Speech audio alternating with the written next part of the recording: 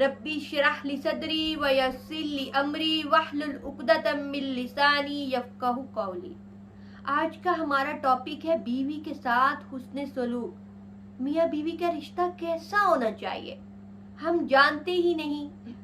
आजकल तलाक की सबसे बड़ी वजह क्या है कि हम नहीं जानते कि हमारे प्यारे नबी हजरत मोहम्मद सल्लल्लाहु अलैहि वसल्लम ने अपनी बीवियों के साथ कैसी जिंदगी गुजारी।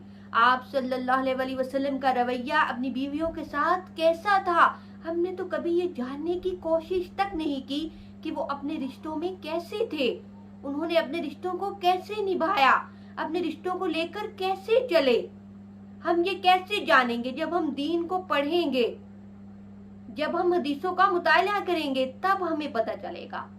और तलाक की सबसे बड़ी वजह क्या है? जुल्म। हमारे माशरे में, ससुराली माशरे में सबसे ज्यादा जुल्म किया जाता है एक औरत पर। ऐसा समझते कि जैसे कोई गुलाम खरीद कर लाए हैं, जिसे हमने बांध के रखा हुआ है।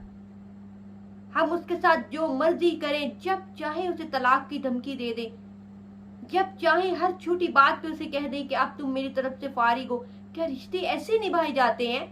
क्या तुम नहीं जानते कि हमारे प्यारे नबी हजरत मोहम्मद सल्लल्लाहु अलैहि वसल्लम का हुस्न सलूक क्या था अपनी बीवियों के साथ?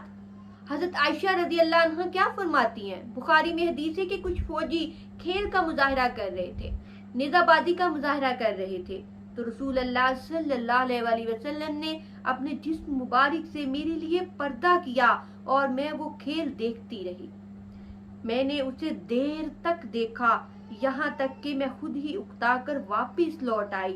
अब तुम खुद ही सोच लो कि एक कम उम्र लड़की खेल को कितनी देर तक देख सकती है। तो हजरत आयशा रज़ी अल्लाह अन्हा ने आप सल्लल्लाहु से दरख्वास्त की कि मैं ये खेल देखना चाहती हूँ। तो आप सल्लल्लाहु अलैहि वसल्लम आगे खड़े हुए और पीछे हजरत आयशा रज़ी अल्लाह अन्हा खड़ी हो गई और पीछे से वो खेल देखने लगी। तो वो क्या फरमा रही हैं कि मैंने इतनी देर तक ये खेल देखा कि आप खुद अंदाजा लगा लें कि एक नौजवान लड़की कितनी देर तक खेल को देख सकती है। और फिर मैं उकता कर वापिस लौट आई। क्या हमारा रवैया अपनी बीवियों के साथ ऐसा है? क्या हम ऐसा करते हैं अपनी बीवियों के साथ? हमारे प्यारे नबी हजरत मोहम्मद सल्लल्लाहु अलैहि वसल्लम का ये रवैया था अपनी बीवियों के साथ। आप सल्लल्लाहु अलैहि वसल्लम ने एक दफा भी ये नहीं कहा अम्मा आयशा रज़ी अल्लाह अन्हा से कि अब बस कर दो, नहीं, बल्कि आप सल्लल्लाहु अलैहि वसल्लम उतनी देर तक खड़े रहे। कितनी खूबसूरत हदीस है। क्या ये हमें सबक नहीं देती कि हमने ऐसे अपनी बीवी के साथ चलना है, हमने ऐसे अपने रिश्तों को लेकर चलना है? दाऊद में हदीस है कि आप सल्लल्लाहु अलैहि वसल्लम ने एक दफा हजरत आयशा रज़ी अल्लाह अन्हा से कहा कि आओ हम दौड़ लगाएं। तो हजरत आयशा रज़ी अल्लाह अन्हा आगे निकल गई। तो फिर हजरत आयशा रज़ी अल्लाह अन्हा कहती है कि काफी अरसे बाद हुजूर ने कहा कि आज फिर दौड़ लगाते हैं। तो उस वक्त मैं मोटी हो चुकी थी, तो आप सल्लल्लाहु अलैहि वसल्लम आगे निकल गए। और फिर आप सल्लल्लाहु अलैहि वसल्लम ने कहा हजरत आयशा रज़ी अल्लाह अन्हा से कि ये उसका बदला है जो पहले खेल में हुआ। तो ये किस लिए था? आप सल्लल्लाहु अलैहि वसल्लम तो पहले भी जीत सकते थे, लेकिन ऐसा क्यों हुआ? ये हमें सिखाने के लिए किया गया, ये हमारे लिए है कि हम इससे सीखें, हम इससे सबक हासिल करें। क्या हमारी अपनी बीवियों के साथ ऐसी मोहब्बत है? बहुत जल्दी हमारा दिल अपनी बीवियों से भर जाता है। क्यों? क्योंकि गुनाहों की तरफ रग़बत होती है, हमें गुनाहों की जिंदगी अच्छी लग रही होती है।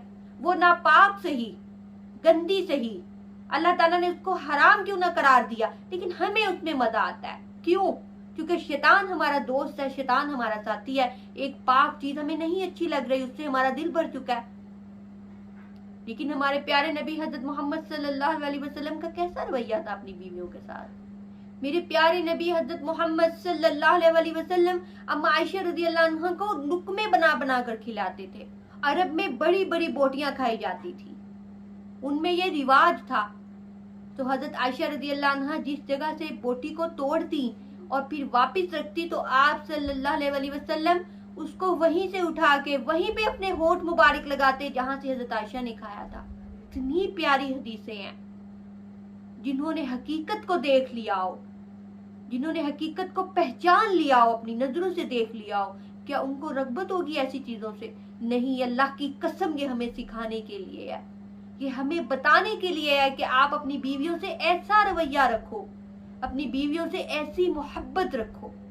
اور جہاں سے حضرت عائشہ رضی اللہ عنہ پانی پیتی، آپ صلی اللہ علیہ وسلم اس پیالے پہ وہیں پہ ہونٹ لگاتے جہاں پہ حضرت عائشہ رضی اللہ عنہ نے ہونٹ لگائے ہوتے۔ اس کے بعد جہاد کا سفر تھا، جنگ کا زمانہ تھا، اور اماں عائشہ رضی اللہ عنہ کا ہار گم گیا۔ جہاد کا زمانہ تھا، جنگ کا دور تھا۔ آپ صلی اللہ علیہ وسلم نے حضرت عائشہ رضی اللہ عنہ سے کہا کہ اونٹ پہ بیٹھے، تو انہوں نے اپنے گلے پہ ہاتھ لگایا تو دیکھا کہ ان کا ہار نہیں ہے، تو انہوں نے آپ صلی اللہ علیہ وسلم سے کہا کہ میرا ہار گم گیا ہے، تو ہار کو ڈھونڈا جائے۔ تو آپ صلی اللہ علیہ وسلم نے یہ نہیں کہا کہ چلو صحابہ میرا انتظار کر رہے ہیں، ہمیں آگے جانا ہے، نہیں، بالکل یہ نہیں کہا، بلکہ آپ صلی اللہ علیہ وسلم نے سب صحابہ سے کہا کہ ہار ڈھونڈو۔ سب ڈھونڈنے لگ گئے، یہاں تک کہ پورا دن گزر گیا۔ اب ظاہری بات ہے کہ اندھیرے میں تو نہیں ملے گا نا ہار۔ عشاء کی نماز کے بعد پانی بھی ختم ہو گیا، اب فجر کا ٹائم ہونے والا ہے، اب پانی نہیں ہے، تیمم کی آیات نہیں اتری۔ اب سب صحابہ حضرت ابو بکر صدیق رضی اللہ عنہ کو تانے دے رہے ہیں کہ آپ کی بیٹی کی وجہ سے یہ ہوا ہے، اب ہماری نماز چھوٹ جائے گی۔ تو حضرت ابو بکر صدیق غصے میں گئے خیمے میں، کیا دیکھتے ہیں کہ آپ صلی اللہ علیہ وسلم نے اما عائشہ رضی اللہ عنہ کی گود میں سر رکھا ہوا ہے، اور حضرت ابو بکر صدیق بولے تو نہیں لیکن اپنے فیس سے غصے کا اظہار کیا۔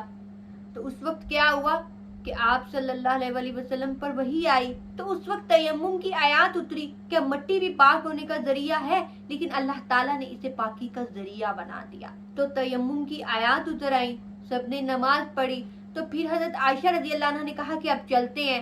جب اونٹ اٹھا تو اس کے نیچے ہار تھا، وہ ہر جگہ دیکھتے رہے لیکن ہار اس اونٹ کے نیچے تھا۔ یہاں پہ ہمیں کیا نصیحت ملتی ہے کہ آپ صلی اللہ علیہ وسلم نے بالکل حضرت عائشہ سے یہ نہیں کہا کہ تمہیں نہیں پتا کہ ہم جنگ کے لیے جا رہے ہیں یا ہم ایک ہار کے لیے ہم اتنی مشکلوں کا سامنا کریں۔ آپ صلی اللہ علیہ وسلم کی زندگی ہمارے لیے کیا ہے؟ ایک نصیحت ہے، ایک بہترین نمونہ ہے، ایک راستہ ہے کہ ہمیں ایسے زندگی گزارنی ہے۔ پڑھیں اپنے دین کو، سیکھیں اپنے نبی پاک صلی اللہ علیہ وسلم کی زندگی۔ اگر اچھی زندگی چاہتے ہیں، اگر ان معاملات سے بچنا چاہتے ہیں، اگر اللہ کے عذاب سے بچنا چاہتے ہیں، اللہ تعالیٰ کو ظلم نہیں پسند۔ اللہ پاک کیا فرما رہے ہیں کہ میں نے اپنے اوپر ظلم کو حرام قرار دیا ہے، اور اسے میں نے تم لوگوں میں بھی حرام قرار دیا ہے، اسی لیے تم ایک دوسرے پہ ظلم مت کرو۔ وہ رب جو پوری کائنات کا بادشاہ ہے، خالق ہے، مالک ہے، اس نے اپنے اوپر ظلم کو حرام قرار دیا، تو تم کون ہوتے ہو ظلم کرنے والے ایک دوسرے پہ؟ تم کیسے کر لیتے ہو؟ اللہ تعالیٰ کو یہ ناپسند ہے، اور اس کی سزا بھی بہت زیادہ سخت ہے۔ ایک دوسرے کے ساتھ حسن سلوک کرو اگر رشتے نبھانے ہیں، تو اللہ تعالیٰ ہمیں دنیا اور آخرت دونوں میں کامیابیاں نصیب فرمائے اور ہمیں جہنم کے عذاب سے محفوظ رکھے، آمین۔